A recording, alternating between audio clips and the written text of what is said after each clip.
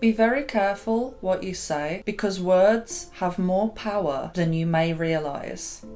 Hi guys, welcome back to my channel. If you're new here, my name is Yolanda Melody. Today I want to talk about the power of words. I have always believed that words are spellcasting, and the more research that I do about this subject, the more I come across a ridiculous amount of synchronicities that really at this point can't be explained away as just coincidences. After all, when we write down a word, we use spelling to spell the word. The television tells your vision and uses broadcasting to broadly cast spells.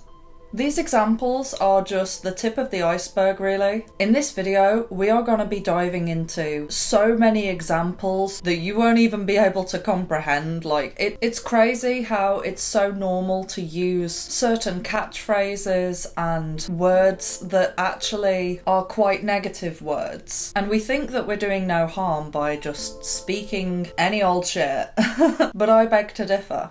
Anyway, we'll get onto that a bit later, but what I first want to do is read an article to you by a guy called Jason Christoff. I'll link the full article in the description below. I'm not going to read the entirety of it, I'm just going to give you guys the first few paragraphs because I don't know anybody else who has given a better example of how words are spells than this guy.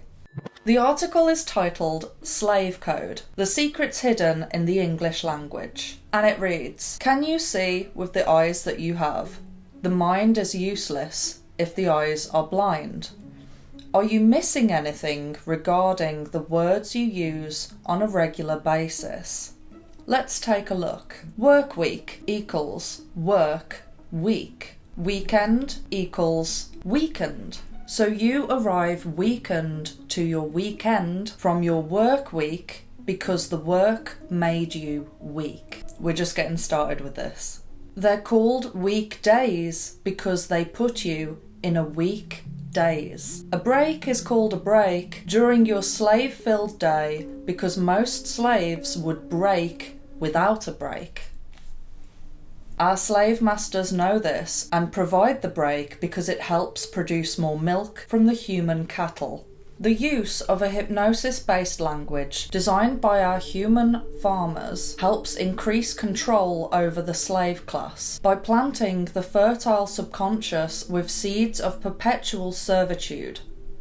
Control is troll, the con job designed for the trolls. They send us to their schools and call them schools because just like a school of fish, we think and react as one group from the doctrine of sameness implanted into us. We're trained as other animals are trained, yet a train is literally boxcar after boxcar following the one in front of it without question or resistance. The word graduation means gradual indoctrination. Okay, this one really got me. You get up to the morning, but mourning is a form of sorrow or grieving. You say hello as you arrive, but why is our greeting hell-lo? Why is hell a part of our greeting? Why do other words referring to hot places surround us like hotmail brackets hot mail or Firefox? Who is the historical hot male, aka the devil, which is the word lived spelled backwards? And again, evil being the word live spelt backwards. You get up in the morning to earn a living, but earn is also earn. A vessel to keep the cremated ashes of your body. Mourning is another word synonymous with death. You wake from your slumber, from your slum, because the system never gives you enough to get ahead in life, with coffee, the same prefix used in the word coffin, Egyptian in origin, originally spelt kafi or kafin. Ka means the spirit after death. Now I'm just going to interject here as well. I don't know whether he goes into this later on in the article, but a type of alcohol that's often served is spirits. Now, most of you guys who are subscribed know that I don't drink alcohol. One of the reasons why is because I believe that drinking alcohol obviously lowers your inhibitions, but also opens you up to spirits.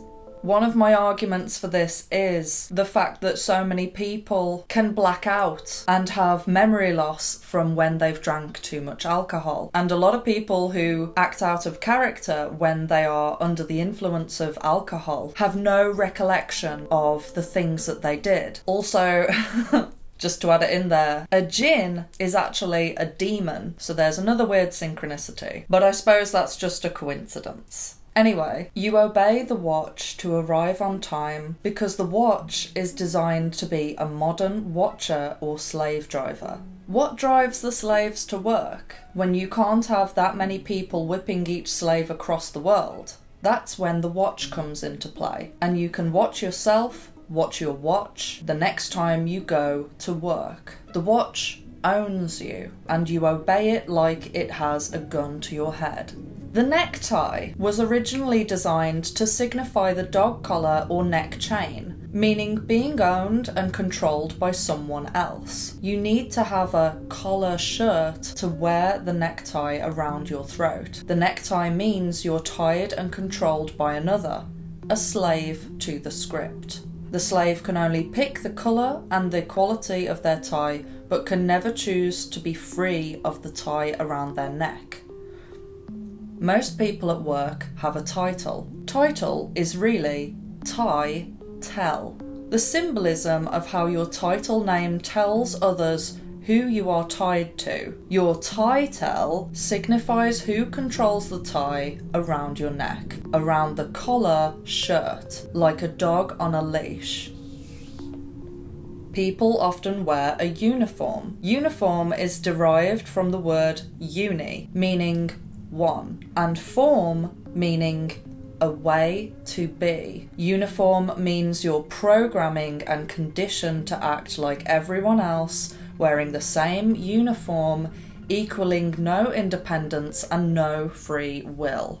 I would highly recommend to check this article out yourself because there's a lot of parts that I missed out for the sake of making this video not too long. Obviously, that article mainly focuses on how words and language has been manipulated in a way that keeps us under control and oppressed. But it doesn't just stop there. Those of you who watch my channel most likely know about manifestation and the power of your words, your thoughts, affirmations. I know how easy it is to manifest something just from the way that I'm thinking. Sometimes it's really, really strong. You know, I can be talking about something one day and then the next day the craziest synchronicity happens to do with that thing. But doesn't it make you wonder about some of these catchphrases that is pushed into pop culture, you know, like FML? I'm not even gonna say it because it just gives me the ick. But when you think about it, that phrase is so bad. It's like you're cursing your life. And to make that into a fun, cool catchphrase is just so messed up, in my opinion. Over the past few years, our language has been manipulated so that everything's become like inverted or something, like saying sick or you're killing it, smashing it. Whatever happened to just using the word blessed? I don't know. Like I say, everything that we've been taught in society is wrong and backwards, but a lot of us already know this. So if any of you guys have some examples of how words are spells, defo comment those below. By no means have I covered all the examples. Like, when you look into it, most of the language that is used by the mainstream is there for a reason. Another thing that I like to do is when I see the news reusing the same kind of jargon, or they seem to be using a word all the time, what I will actually do is I'll break it down and I'll translate that into the Latin version. And usually you can find some interesting things. Anyway, if you like this video, please make sure to drop it a like, subscribe, and hit the notification bell. Love you, bye!